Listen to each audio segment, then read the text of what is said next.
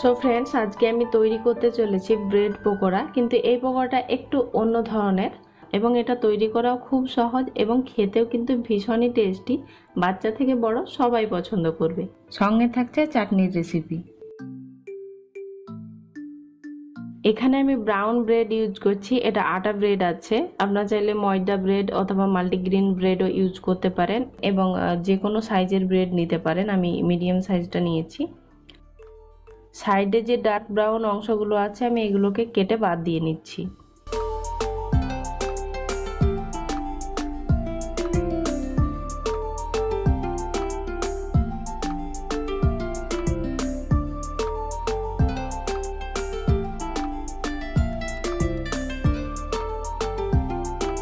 এবার আমি এটাকে মিডিল বরাবর কাট করে নেব।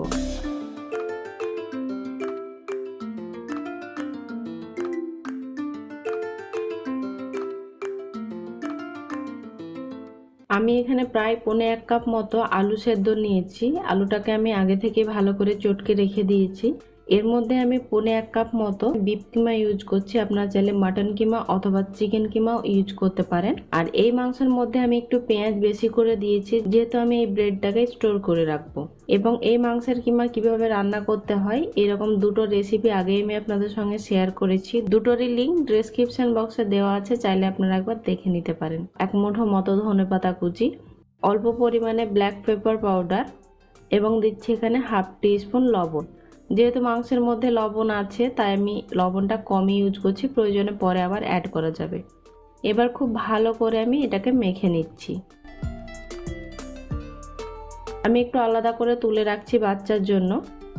এবার আমি এর মধ্যে অ্যাড করে দিচ্ছি কাঁচা লঙ্কা কুচি। নিজের স্বাদ মতো ঝালটা অ্যাড করে নেবেন এবং আপনারা যদি এটা ফ্রোজেন করতে না চান সেক্ষেত্রে আপনারা এখানে কাঁচা পেঁয়াজও অ্যাড করতে পারেন।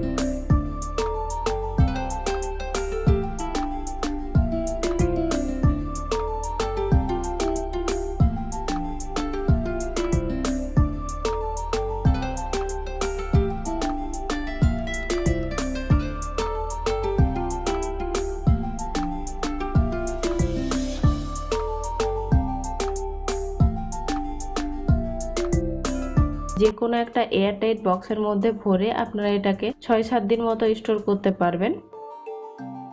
অথবা আপনারা এইভাবে র্যাপার দিয়ে ভালো করে র্যাপ করেও রেখে দিতে পারেন। এটা বাচ্চার জন্য, তাই এটা একটা মার্কও হয়ে গেল।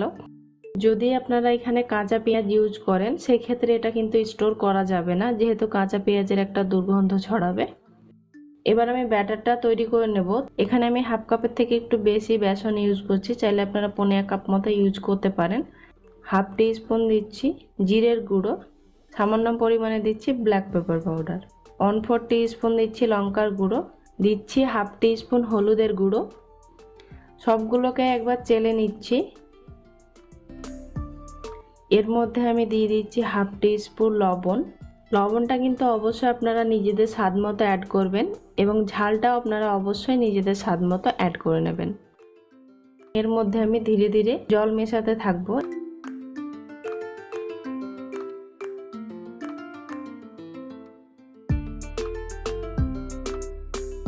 এখানে হাফ কাপের থেকেও কম জল ইউজ করেছি আমি। জলের পরিমাণটা কম বেশি প্রয়োজন হতেই পারে, আপনারা একটু অ্যাডজাস্ট করে নেবেন। এবার এটাকে আমি জাস্ট 3-4 মিনিটের জন্য রেস্টে রেখে দিচ্ছি। 3-4 মিনিট পর খুব ভালো করে একবার নেড়ে মিশিয়ে নিচ্ছি। দেখতে পাচ্ছেন ব্যাটারটা একদম খুব স্মুথ হয়েছে। ব্যাটারটা পারফেক্ট আছে কিনা একবার চেক করে নিচ্ছি। এরকম একটা আঙুল ডিপ করে দেখছি, দেখুন আঙুলটা খুব ভালোভাবে কোট হয়ে যাচ্ছে। আমার নখটা কিন্তু দেখা যাচ্ছে না, তার মানে ব্যাটারের ঘনত্ব একদম পারফেক্ট আছে। আপনারা একটু দেখে বুঝে নিন, ঠিক এই রকমের ব্যাটারের ঘনত্বটা হতে হবে এবং এরকম স্মুথ হতে হবে। এবার আমি ব্রেড পকোড়াগুলোকে ভেজে নেব। তো একে একে এটাকে আমি বেসনের গোলায় ডুবিয়ে ভেজে নিচ্ছি। অবশ্যই তেলটা যেন হাই হিট থাকে।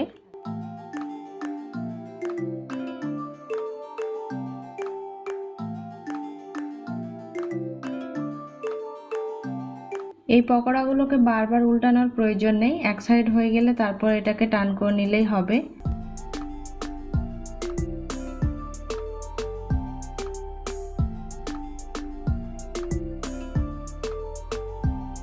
এই পকোড়াগুলো আমার ভাজা হয়ে গেছে, আপনারা নিজেদের পছন্দ মতো করে ভেজে নেবেন। ব্রেড পকোড়াটা অবশ্যই আপনারা গরম গরম সার্ভ করবেন, এটা কিন্তু গ্রিন চাটনির সঙ্গে খেতে খুবই ভালো লাগে। এবার আমি এই ব্রেড পকোড়াটা সার্ভ করছি গ্রিন চাটনির সঙ্গে। এখানে আমি 1 মুঠো ধনে পাতা, একটা কাঁচা লঙ্কা, 2 কোয়া রসুন, সামান্য পরিমাণে একটু লবণ এবং অল্প একটু তেঁতুল দিয়ে মিক্সার গ্রাইন্ডার জারের মধ্যে দিয়ে পেস্ট করে নিয়েছি। ব্যাস তৈরি হয়ে গেল গ্রিন চাটনি।